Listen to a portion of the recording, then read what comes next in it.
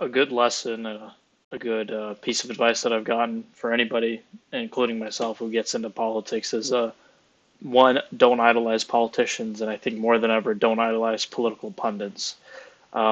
We are humans, we make mistakes. You don't want to give someone a god-like complex, especially um, a politician. But on that note, you know, in the past, obviously hindsight is 2020, but in we've had so many good presidents. I would say we've had so many mediocre presidents, especially, and we've also had some downright terrible presidents, and that's up to you to decide. But I'd like to make the case this video of arguing about someone who could have been president, someone who should have been president, in my opinion, and I think someone who would have went down as the best president in modern history, period.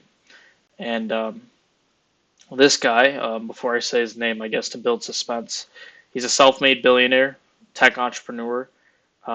He founded this company called Electra Data Systems. He's a Texan. And immediately, right off the bat, you might say, a billionaire, huh?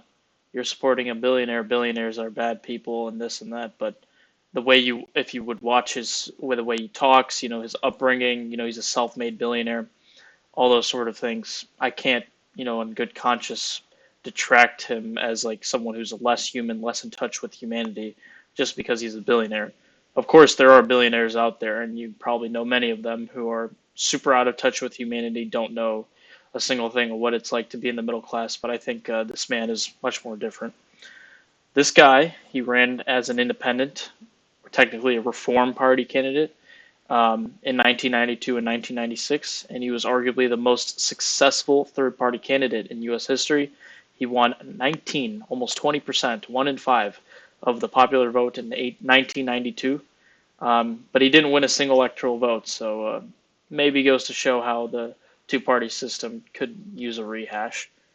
But this man, without further introduction, is Ross Perot, and I think Ross Perot is someone who I've grown such a fondness for, such a deep passion for and a care for, and I hopefully would like to model myself after much of the rhetoric and terminology and ideas that Ross Perot uses. Obviously, not everything to a T. However, there's a lot of things that I do like and a lot of things that I enjoy. First thing, he talks about fiscal conservatism. That's his number one policy, right?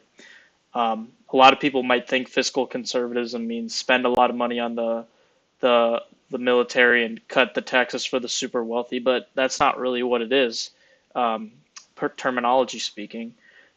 He really wanted a balanced budget. He advocated for a quote unquote pay as you go type of model without, um, stockpiling debt before it was trendy. Before, you had your Rand or Ron Pauls of the world talking about the national debt. And the reason why this is so important at the time, which was, there are a lot of things that add to a lot of personal debt over the years, many things by the government. But I specifically remember in an econ lecture that the single biggest contributor to a lot of debt that people have is credit cards, the issuance of credit cards and computers in the 80s and 90s, that allow people to basically, for lack of better words, spend money that they don't have. And if you see this idea of spending money that you don't really have, this is the number one root cause of all recession, all depression, all economic downfall in a lot of societies is allowing people to spend money they don't have. Um, so this idea of controlling the deficit, um, it goes from the root cause of saying, okay, we can have these credit cards, but these need to be monitored.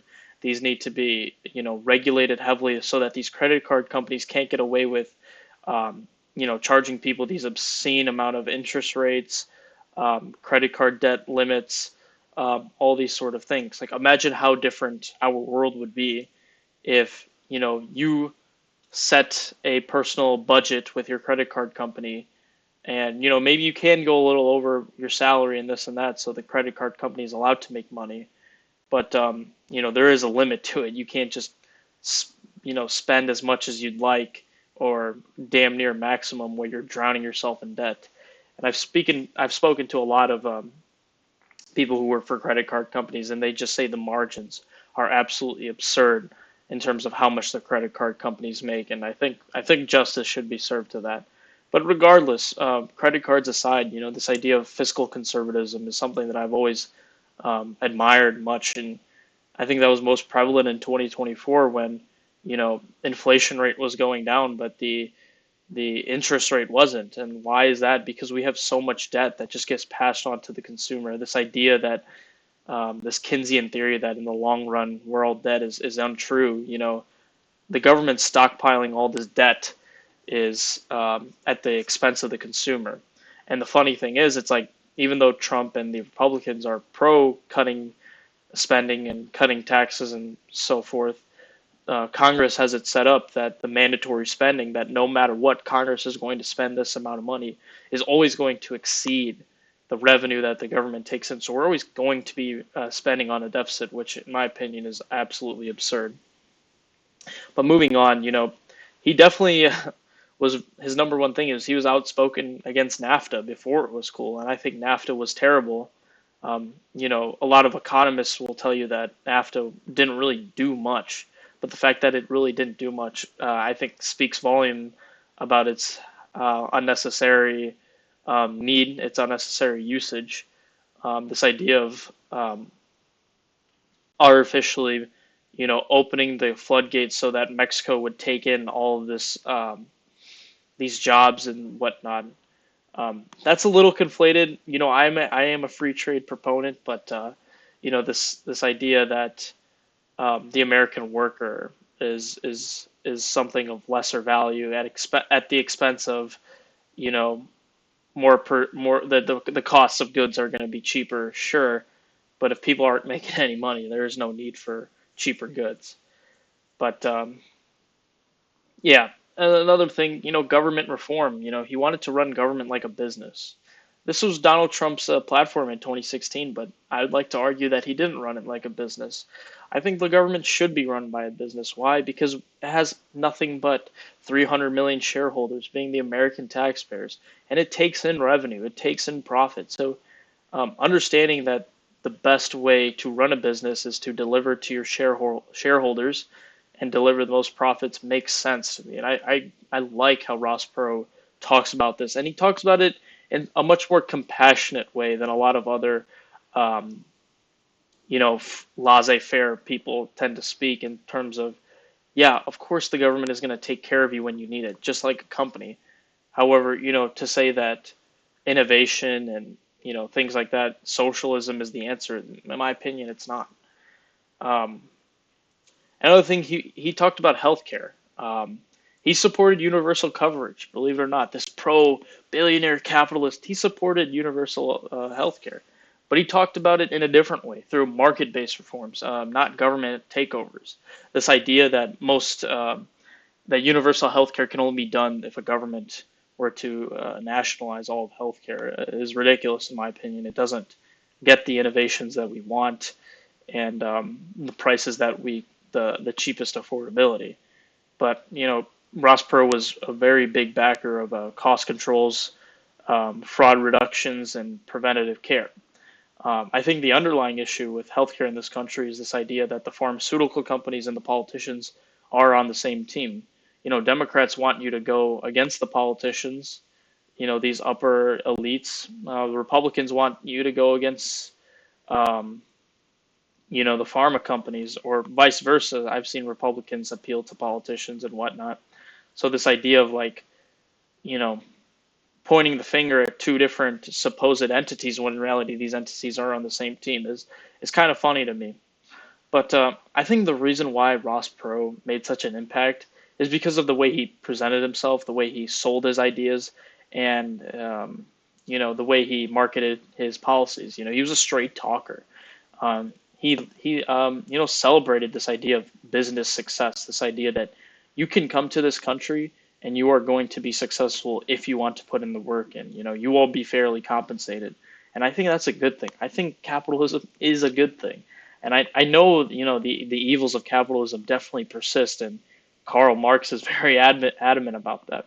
But if you ran a structured capitalistic society where crony capitalism and collusion between the government and corporations was put to an end and regulated, which is possible, you do have significant strides. There's a very famous story of the president of the Soviet Union, the last president of the Soviet Union at the time, visiting a grocery store in America and just seeing aisles and aisles of fresh fruit.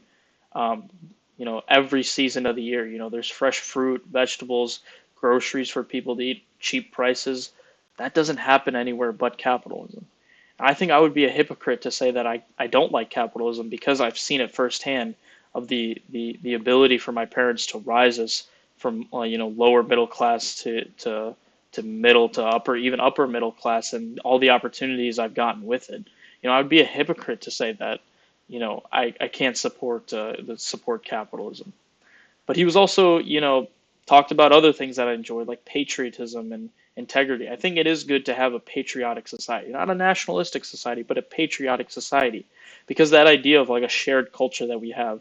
Yes, there are so many things that people bring to the table from their various ethnicities and backgrounds and whatnot and enclaves, but at the end of the day, we're all American and we want what's best for America. And I think that's the real patriotism that I do enjoy, that I really don't see as much as often. And he was also a visionary. I'd like to add, he talked about the internet's political potential early on, of how it could rapidly change how we view politics, how we interact with politicians. So, in conclusion, I think this video is running way too long. Why did I title this video that Ross Perot was the greatest president that never was? I think because he gets his policies right, policies that have historically worked. They might be, quote unquote, idealistic, but that's kind of what you need. I think they are very feasible policies.